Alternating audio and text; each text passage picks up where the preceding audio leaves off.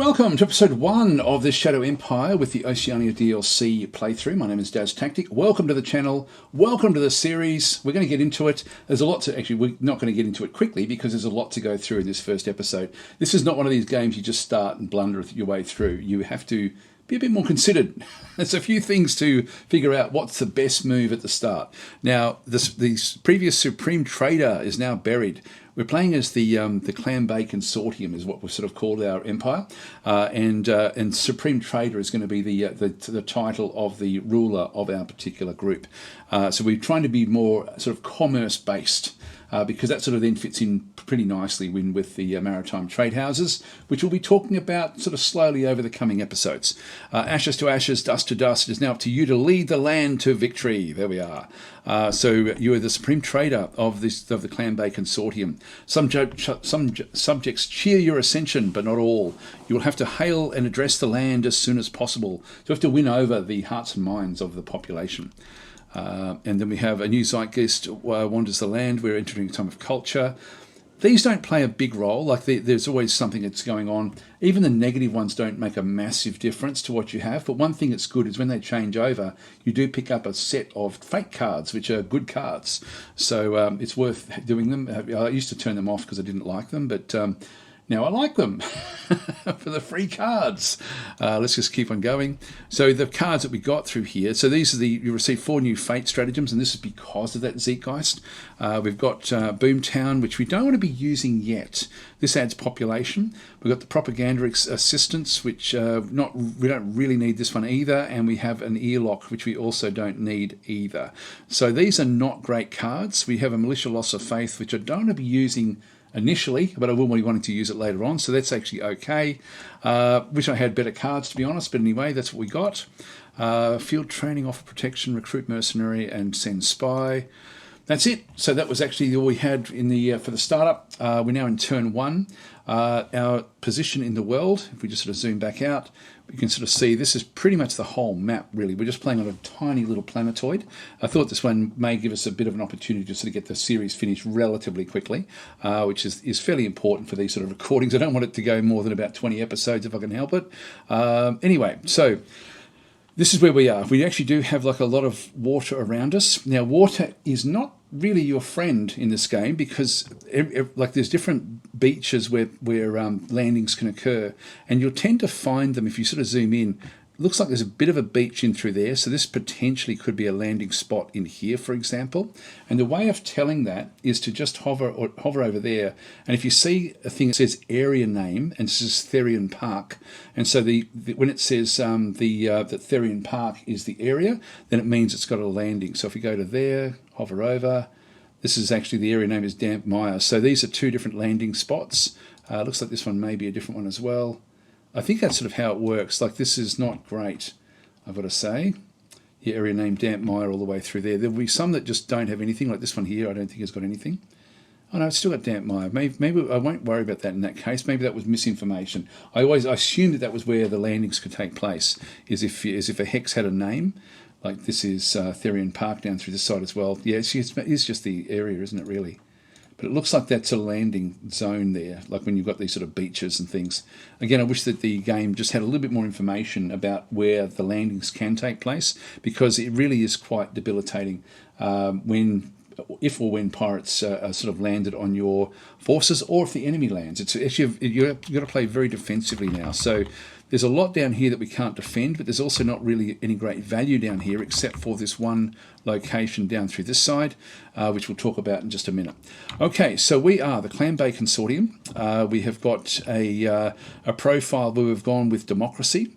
We've gone with commerce, and we've gone with heart, the political profile, the society profile, and the psychological profile. So that's sort of where we started, but it doesn't mean we're going to end up there. That'll depend a lot on the people that we actually have.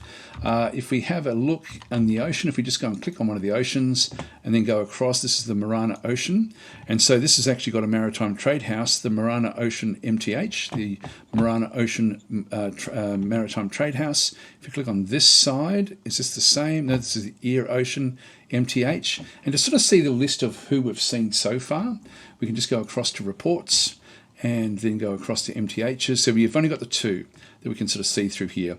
And we can see that the Marana Ocean MTH, from what we know, has got 2 zones, and the Ear Ocean MTH has got 1 zone. So that's all we sort of really know about what we actually have in through there. Let's have a look at each of these just very, very briefly to sort of see what their, I guess, what the disposition is, and sort of know if we're going to be able to trade easily with them. If we go to Marana Ocean, these are money grubbers. And so this maritime trade house is run by maritime Scrooges. They tend to pay lower dividends and quickly change their trade policies to abuse or worse. So not going to be easy to trade with. What about the Ear Ocean guys? These are shipwrights. Okay, this is interesting. This looks like it's more positive.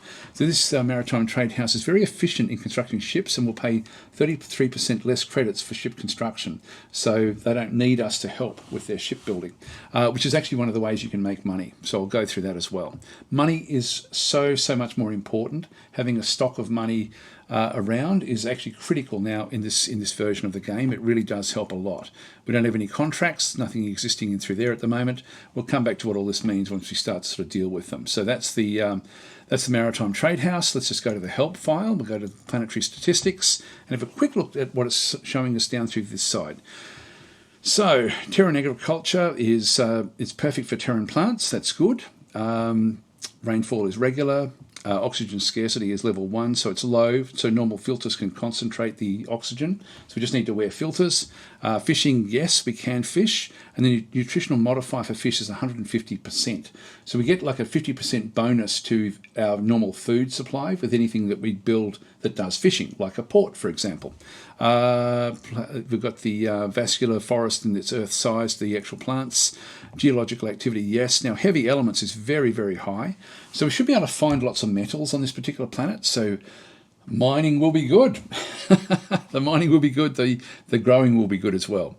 Now, as we have a look through, we can sort of see through. It's a good idea. Like the methane looks a bit low. Yeah, so we can't synthesize methane on this particular planet. That won't be doable with that sort of very, very low levels that we actually have in through there. Deep core gas mod is 93%, and the solar panels mod is only 102%. So we're going to just get barely, like we'll get 75 energy from solar panels, from basic solar panels. We can see their farming method advised is Terran plants open sky farming. So that is the preferred way of farming this particular planet.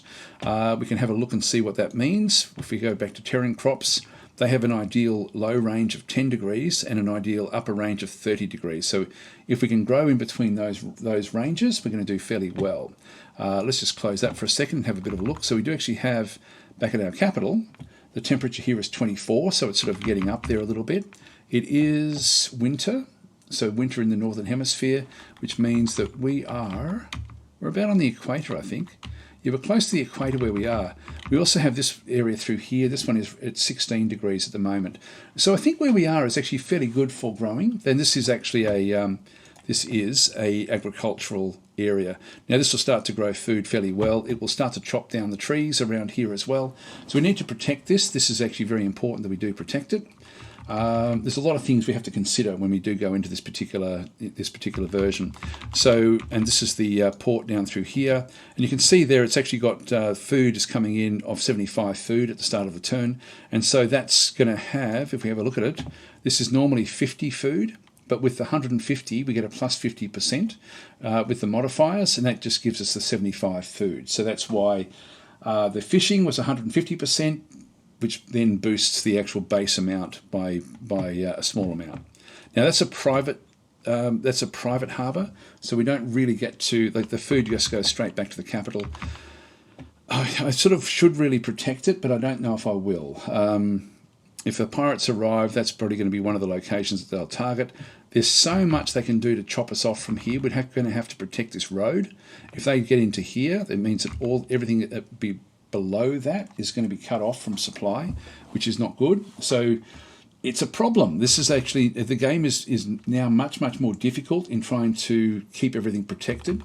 If you do start off, by the way, with your city right on the coast, make absolutely sure you've got strong people protecting it, because that would then be, they could just, like pirates or invading forces would be able to land directly into your city, and you don't want that. So always keep your city defended in this DLC. So we'll just press number 1 again. Now, who's around us? We have a bit of looking through this side. We've got Prefectura. This is a group of farmers. That's good. So they should be fairly easy for us to take over. And there is a road that extends out through this side. This is actually non-aligned forces. So we'll be able to trundle up the road. What have we got over through there? That is a waterfall turbine, which gives 200 energy. This is actually really, really cool. It means we don't have to worry about energy for quite some time if we get control of that one. Now we've got the Pezonas ruins back over this side. This was the old city of Pezonas, which just press number 1. This is the Sopilar ruins. So we live in a city that when the planet was colonized, a city called Sopilar was in through here. And there's still some ruins that are left over, and same with Pezonas back over this side. So we sort of also live in like on the edge of that particular city. It was not a major city, but it was still a city nonetheless. So anyway, that's sort of where we are there. Now we're going to need to probably, if we have a look, there's a dividing line through there. So if you have a look, this one is non-aligned forces back out through this side. So that's all non-aligned forces. Now there may be marauders. We definitely do need to protect this. So I'm going to go and send some of the militia forces from in here to go back the other way. I want these to go scouting as well. So let's just go and move this one up and just sort of see what we can find. There we go. We've now found Banyan. So let's just move on up. So this is another city that we've just found of those guys. Let's move this whole group up with a view to sort of blocking that bit of it off. Now the first turn we should be relatively safe to do what we need to do here. So I'm going to go and now start to move some of these back across to here, and we'll just get this group to also then move north. By the way, just a few little things to set up. I noticed that I reset the settings on this one, so it's a good opportunity to go through what to sort of turn on. Go to the 3rd tab, I think it is. No, second tab down. And with the map layers, there's a few things you want to be turning on. You want to show the operational logistics. And what this one it does is it colors the map into where the logistics starts to run out within your territory. And so we actually have good logistics at Wells, but then it dwindles off after that fairly heavily as it goes through the forest. And you can see through here, it's good up until here, then it starts to dwindle off back up in this particular area. So that's that one through that side. What else do we want to turn on? I like to show colours for the various empires. It just sort of shades the map very, very slightly. You don't sort of see it too much. The grid you can turn on or off depending if you like it or not. I tend to have it off. And that's pretty much it for me. That's the number 1 key back in through there. But I do like to have this one on all the time just so I can see the flow of the supplies. So we end up with no supply back out through here, which is fine. We've got nothing out there. So that's all okay. Now, as far as moving this up, really there is nothing else that we need to be doing. I might just move that one back to Wells, and then we'll just start to move these up. And yeah, that's still all just not, that's territory that hasn't been claimed. It may take us a little while before we can sort of set things up. In one sense, we want to make sure we've got good protection, but I think I'll leave the others behind. I'll just move that one back across there as well. I do need to get some infantry back out that other side. And we have a bit of a look. We do have like a little bit left over. Let's just go and move this one down just to sort of take this location. But as I say, if the pirates come into this choke point, they're dead anyway, basically, at that point. So they're not going to be able to survive. I think all that's okay, actually, with what we've got. So we're now moving up into this zone. We'll have a look at the decisions in just a minute. But initially, we now just need to do a bit of an evaluation on what we need to do next, what benefits we actually have. I should be able to protect this one fairly well. I've got the roads are all inland, which means that even if there are landings, I should be able to still keep this farm going as long as I've got enough forces protecting it. So we don't have to worry in the early part of the game, but fairly soon we're going to need to make sure that we've got garrisons around the important locations, like on the roads, on some of the roads, sort of just protecting the different zones really from attack. But we want to get this city as quickly as we possibly can as well. So that's a really great opportunity for us. Now, if we go across to the management screen, and we'll have a quick look. I like to have a look through here to see if there's anything in here that we don't want. That's all good. That's all good. Also, they've got schools and police stations, so they've got a little bit of the quality of life points, which I'll go through why that's important. And we want to enhance that as much as we possibly can. There's the port that we saw down there as well. Everything is working fine through this side, so there's no worries at all there. The food production, if we go to preview, we can then sort of see that we're going to have food production in the zone of 742. We're going to be using, actually what we've got, the zone inventory, is it? There's the particular zone inventory after SHQ deliveries. So after any deliveries from SHQ, this zone will have 352 food in reserve. So it's going to have a fair bit left over. That's the zone inventory in through there. So after consumption and production of items in the zone, we'll have 1,094 food in reserve. So essentially, we're going to be having a net positive result with food. Everything is actually good there, so we don't have to really worry about that one. The models, now this is always a bit of concern at times. Just click on all, just click on design, and just see what we're looking for is to see if these are below or over 100. 100 is the average, and it looks good. This looks good so far. I don't mind them being average. I don't like them being lower than average. And these are actually pretty good. The grunts are at 98. Now, the range ranges between 70 and 130, just so that you're actually aware. I think that's how much it works for. I'm pretty sure that's the way it does work. And so, although we're seeing these are very, very close to the 100, which is great. So these are pretty all average. The recon buggy is good. The tanks are right on the average in through there. So these are all the things. Now sometimes you're going to have 2 pages. Just make sure you look at double pages. The most important one initially is your light tanks, even though we don't have any.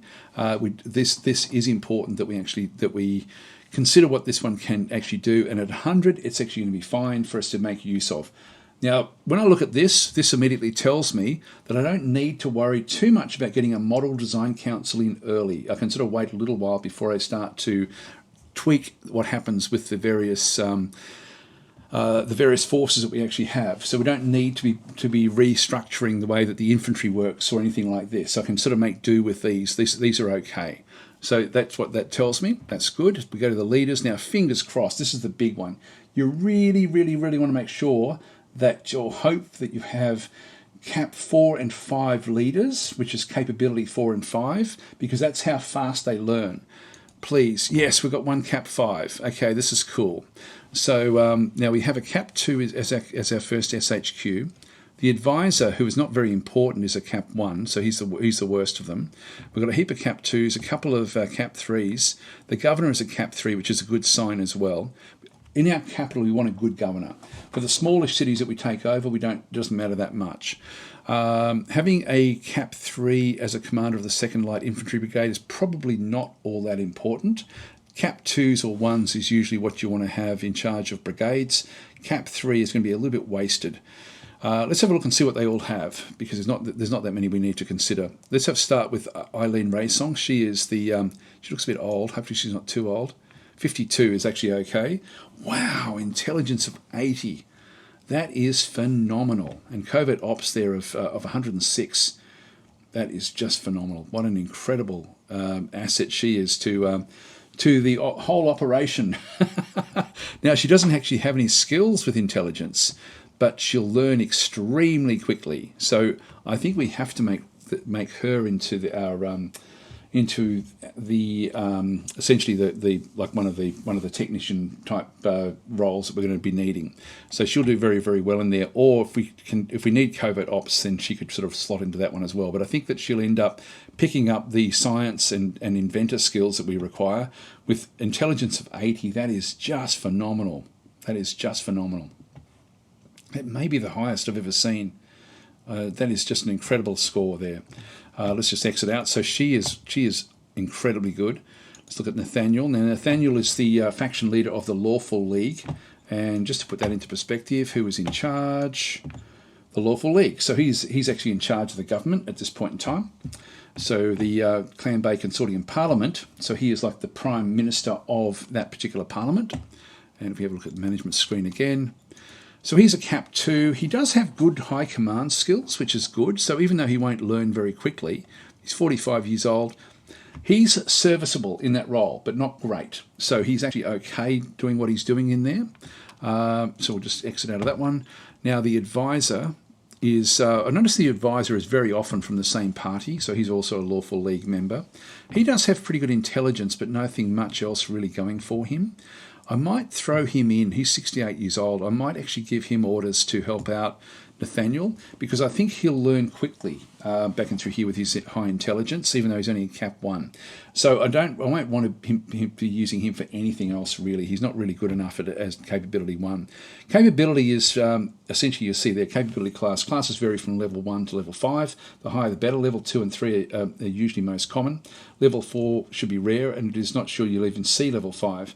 It provides you at a glance with a measure of how useful this leader will be. It's essentially how they use their experience and how much they can then grow within their role. And so at cap 1, he's not going to grow very much. But he does have good intelligence, so eventually over time, if he's helping out Nathaniel, why not? That's actually not too bad. Now, I won't get him to help just yet. We've got a few different things we have to consider. Now, we've got Eileen we had a look at there before. We've got Eric Meiser, who is waiting in the wings to be given some sort of role. Again, he's got good intelligence, but just not using it.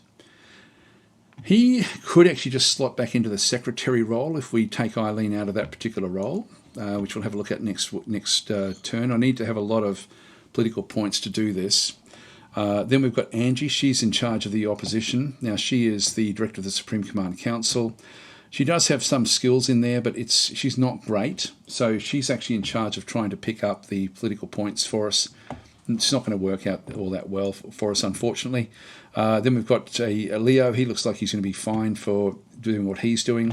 He doesn't have any operational command skills yet, but he'll pick them up fairly quickly. He does have some good overall combat skills at the bottom through that side. Always have a look at the heroic levels of these. At 50, he may or may not sort of end up in the front line with his troops, so that it's an indication of how dangerous it may be. But he's not someone that we care too much if he does fall on his sword at the front line. But John at class 3 is someone that we do want to try to protect. He doesn't have high heroism, and he does have lead from the front, but it's not very strong. So he will go to the front, but the heroism will keep him back a little bit. Again, extremely high intelligence. Wow. I mean, he really should be in charge of the everything. Really, this is incredibly good. Okay. Well, that really does change things a lot. What do we do with him? Like, he is pretty exceptional. I don't want to lose him actually. Even though he's only cap 3, he's actually got some very, very good starting skills. And trade is important for the Supreme Commander. And our actual leader in charge there doesn't actually have any skills in this regard.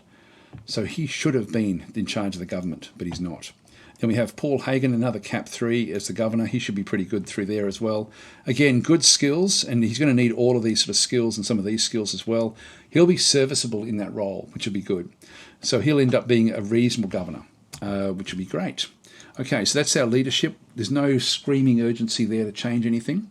What else is there we need to look at? Profiles we don't need to worry about. We've got a few like democracy, commerce, and heart, where we're sort of starting, but we won't worry too much about those.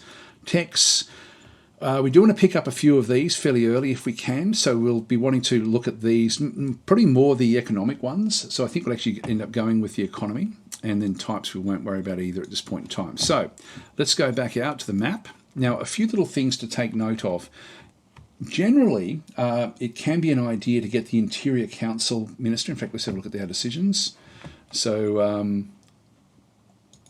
we've got all decisions back and through here. So we need to create one of the organisations. Now, there's really only pretty much when you're playing on an Oceania world, you really only have one clear choice with other choices that may or may not be important depending on your start. If we had really, really crap councillors, we may go the Interior Council to try to pick up some good cards of people to fill better roles. I won't be playing with the Foreign Affairs Council. I have that as a bit of a house rule not to use that because it's a bit overpowered in terms of just winning through diplomacy, and I prefer to be winning through combat. Another one that could be a good one to start would be the Model Design Council. If our army was just absolutely useless, we may consider that one. The Military Research Council can be a reasonable one to get, but really the standout one is the Economic Council. And the reason for that is that if we have a look at the reports again, just go to the help area, go to the Stratagem Encyclopedia, and then click on economic. A lot of these now actually deal with the maritime trade houses. So sell a share in the maritime, contact them. This one here is help the maritime trade house build more ships. We've got information contracts with the maritime trade houses. So this one does allow us to get cards and acquire cards for dealing with the maritime trade houses. So we might as well go that way relatively early. We also want to be doing archaeological type researching. We want to be also getting our basic techs as well. So when we go back to the techs, we want to be getting heavy industry. VidCom broadcasting is important. The university is important. So those three there are quite important for us to try to get. We may still pick up metal soil filtration or hydroponics or water soil recomposition. We don't need those at this point in time, but they may get picked up as well. But those are the ones we do want to be getting fairly quickly. I would like to also, if we were using the military, there's a few in here that I would love to get as well, like combat armor, side skirts, things like that. So anyway, that's where we are currently. We'll just go across, and we will be wanting to build some tanks just to sort of get established. So anyway, the Economic Council is a bit, if you really don't have a burning need for one of the others, then just get the Economic Council. By the way, importantly, if we just go back to the reports and go to the overviews, the game now, if you're starting on tech level 4 or 5, the game no longer starts on 0 income tax. It now starts on 20.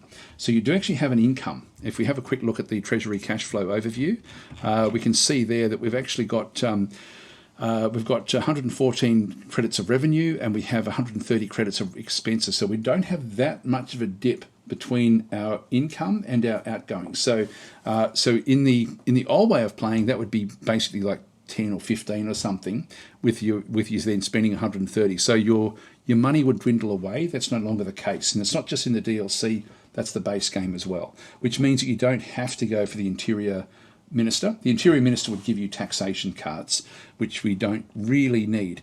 Now, we're playing on regular mode, which means that I can actually bolster that taxation eventually up to 40 with no impact on the happiness of my population. If you're playing on hard mode or above, it's 30. So just be aware of that. So we can actually double the income tax that we actually have if we wanted to. So that's actually available to us as well. Now, we're nearly running out of time here. We just need to go through these different things. So let's go and get the Economic Council. This is 4 political points. The Ascension speech. So we'll just go through now. There's a +3 there. Commerce of +11. It doesn't matter that much at this point in time. I think I'm just going to keep people happy. So we'll just go this way. So we'll go pro-government. All right, and Zone City upgrade. Now, we're on level 2 at the moment, and it's wanting to go and spend 10. We've got 12. I'm going to need those 12 next turn to move our secretary out from the into the role. Hopefully, we're going to need about 24, I think, just to be able to do that. So I'm going to do Ask Me Later, which is going to cost me another 1, and then we've got another one as well, which is costing us another 1. So Prefectura demands resolution of relations. So Prefectura is up to about the continued unclear relations between us. President of Prefectura demands that we show our colours. Either we become enemies or we become friends. Now, what I would like to do is go, we will become enemies, because this will give us a fist of +7. But what it will do is we do need to take them over at some point, and we want to do that one relatively quickly. So we'll go that way. And so we're now going to be at war with them. And our relation with them has dropped dramatically. But they've got a city that we need. They're in our way. So we're now in a state of war with this particular group. We'll just keep where we are. And we'll do what we can. It's going to be difficult to do this until we get tanks. So we'll have to get tanks. But they are, if we have a bit of a look and see where they actually are, they're actually on a agricultural land, which is going to be very, very easy for tanks to smash their way through. I won't go through what it's actually. Will I show this one? We can see there that the attack modifier and defense modifier for infantry is 0. For tanks, it's an attack modifier of negative 25%, but it's not really much that we have to consider. There is actually an entrenchment amount there for agriculture as well. The maximum entrenchment for infantry is up to 125. But in terms of the ruins are much, much greater. So if we do have a negative 25 in there. If I go to the ruins and then have a look and see what would happen if I were in the ruins, the tanks would then be attacking at negative 50. And the entrenchment would be going up. The maximum entrenchment for infantry would be 250. So much, much harder. If they get into here, that's going to be difficult to dislodge. So we're going to need to ultimately get our tanks across into this sort of zone, so we're not attacking across bridges as well. So there's a whole lot, but we'll be doing that in the future. We just need to establish the territory initially, and we don't have to rush that. As long as we can sort of gobble up a bit of territory, that will actually be very, very useful. So just go and click number 1. Everyone's pretty much moved from here that we can sort of really have move. Now, the last thing is, what are we going to do first? What are we going to build? Now, the name of the game is to acquire bureaucratic points. And again, if we have a look at our reports, and this Empire dashboard gives you all of the basics of what you need to look at when you actually are playing the game. And so we have the next term bureaucratic points is considered to be 151. So that's what we're going to be. That's what we should be getting. We produced 70 this last turn. We should be getting and for the small bureaucracy side, we receive an 81 BP bonus, and so we will actually ultimately end up with a boost along next turn of 151. So that's sort of what we're looking at. And so when we have a look at it, when we have a look down through here, at the moment, all of the bureaucratic points is being sort of shuffled into the Supreme Command Council. So we've got 80 going into there, and it's split 50-50 between political power points, which is these up through this side, and general stratagems as well. So these are cards that we then end up getting. So these are this essentially is the important thing. Now, one of the weird things about the game, there's not one place in the game where BP is designated as bureaucratic points. It's the only sort of acronym well, I guess it's an acronym. It's not really an acronym, but it's the only initials where it doesn't really make, there's no explanation about what it is, but it's so important. If you can get on top of the bureaucratic points in the game, you will win the game. There's no two ways about it, because everything is done through bureaucratic points. So you have to try to maximize those bureaucratic points. And so if you start there as your goal and then work your way backwards through the steps to get the most bureaucratic points, that's what we're going to be doing. Now, that's going to mean a few things. It's going to mean taking that other city, so we can actually get bureaucratic points there. For example, if we have a look at the city, I think we can sort of see inside there a little bit at the assets. They've got a farm and a transport hub. That's all they actually have in there at the moment. Now, we don't control that. Our city, if we have a look at it, we've got a truck station back in through here. We've got a high command building, which is unique. So we have to sort of keep this one, like we can only have one of those. And this is actually generating 10 bureaucratic points in through there. Oh, there we go. It does say bureaucratic points. That's the first time I've ever seen it in the game. It's sort of funny because it really should be in those summaries as well. Anyway, bureaucratic points, to produce 10 bureaucratic points at the start of the turn. There we go. That's the first. I've just shot myself in the foot there, saying that there's nowhere it's mentioned in the game. It is mentioned in the game. I told you it was. Not. Anyway, so we've got that one through there. And we also have a bureaucratic office. Now, we can build this anywhere, and this gives us 50 of them. So we end up with 50. So we can build that at every single city. So this is a good reason to actually go and get cities, to try to get more bureaucratic points. But we don't want to go crazy building them everywhere. We want to be fairly judicious about it, because cities also then cost us other things as well. So we need to try to get bureaucratic points. Taking over that city will help with that, because we'll then be able to put more into it. So that will be another 50 that we'll be able to then build at that location. So how does that work? If we go back into here and go back to our construction and have a bit of a look at the government buildings, so you can see through there we've got the bureaucratic office one. If I just go and click on that one, at the moment we've got a bureaucratic office level 1. It is essentially, it's just 200 workers. Upkeep, production costs is going to be another 2,000 workers to work in there, and 10 energy, and it produces 50 BP. If we can get to level 2, it then goes up to 200 BP. So it goes up dramatically. So we want to be aiming for this. This is actually what we want to be getting. We can also, in the meantime, go to and improve our High Command HQ. And if we have a look at this one through here, so your High Command asset can only be present in your capital zone. It can actually produce political points, it says there as well. So we do end up with produces 25 political bonus points and 10 BP, so only a small amount. If we get it to level 2, we get 40. So it's a small increase. But the big one, as we sort of saw back through there, was to get this one through here. But the rub is that we need to be at civilization level 2. So what does that mean? The game doesn't explain this all that well. But what we need to do is we need to try to get civilization up. Now, the civilization level is the average civilization level of all of your zones. At the start of the game, we only have one zone. So our one zone is the is Caldos in through this side. If we have a bit of a look at Caldos and just click on that one. So Caldos is a level 2 city. Okay, so keep that in mind, level 2 city back in through there.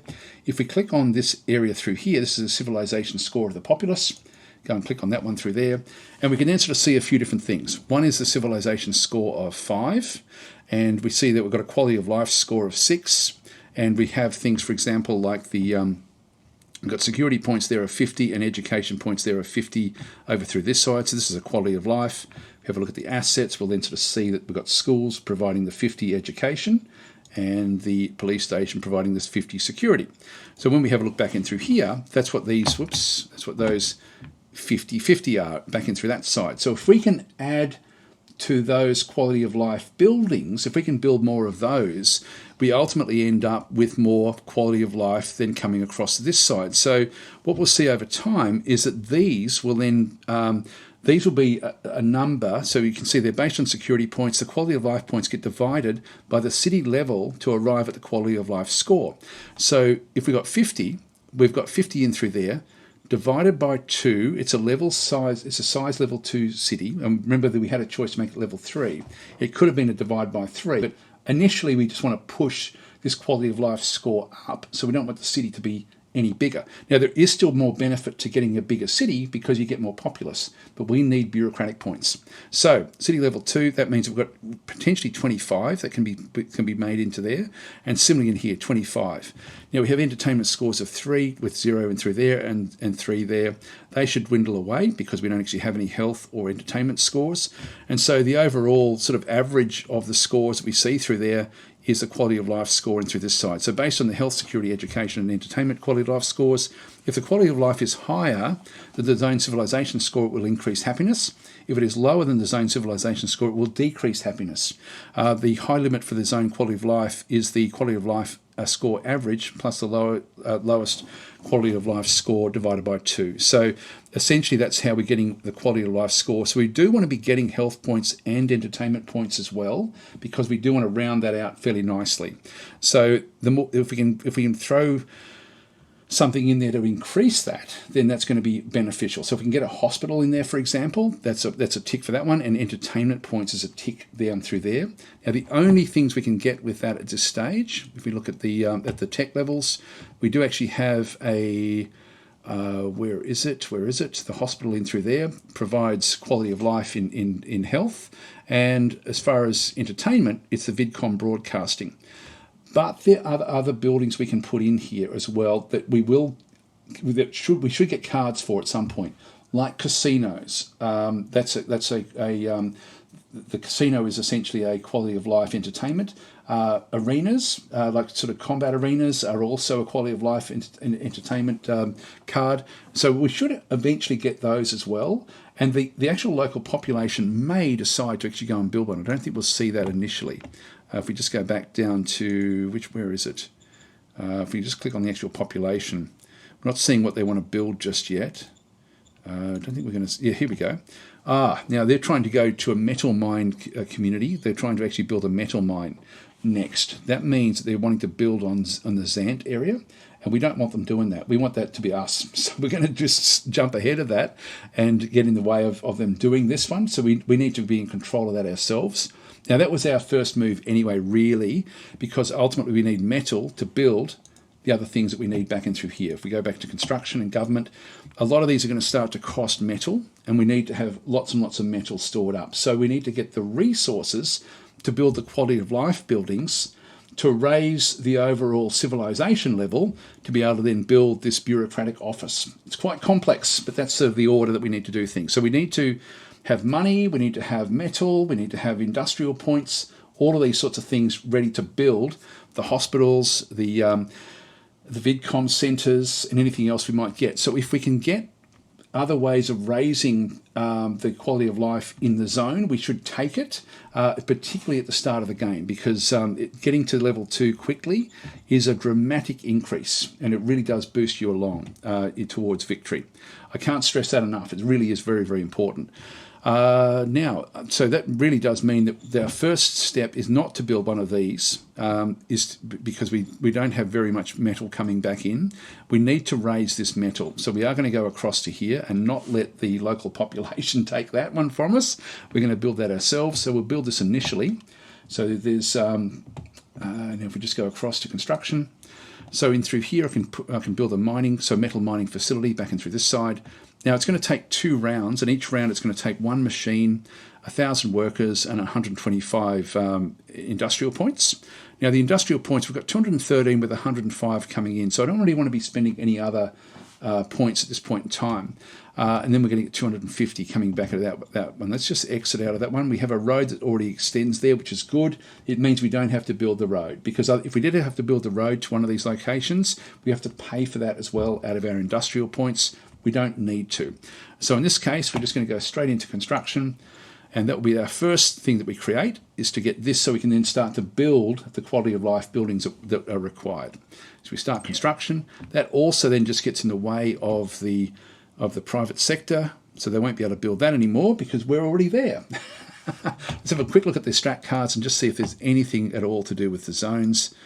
They've got Boomtown. Now this is actually just where we end up with a big increase in population. I think I'd prefer to wait until we get like a smallish town that we need to bolster, and so we'll wait for that one to come. Nation cards. We do have increased income tax. I'm going to try to play this. There's a good chance we won't actually get it.